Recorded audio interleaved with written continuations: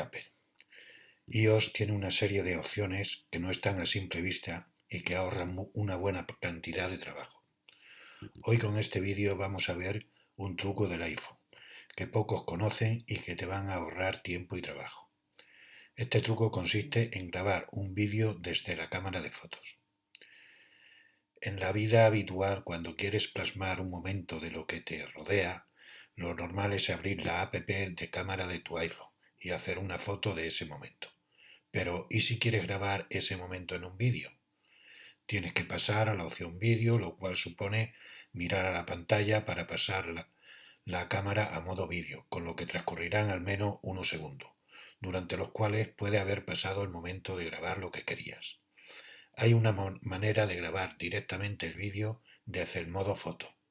Venga, vamos a verlo rápidamente.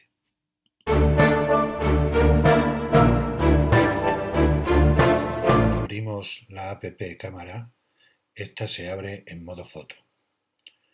Pues bien, hay una forma de grabar un vídeo desde el modo foto y esa forma es simple y llanamente manteniendo pulsado el botón del disparador, deslizar hacia la derecha.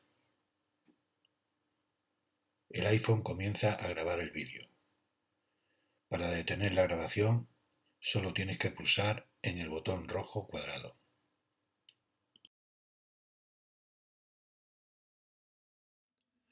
Hemos visto un truco para grabar vídeos en el modo foto desde tu iPhone. Compártelo entre otros usuarios de iPhone.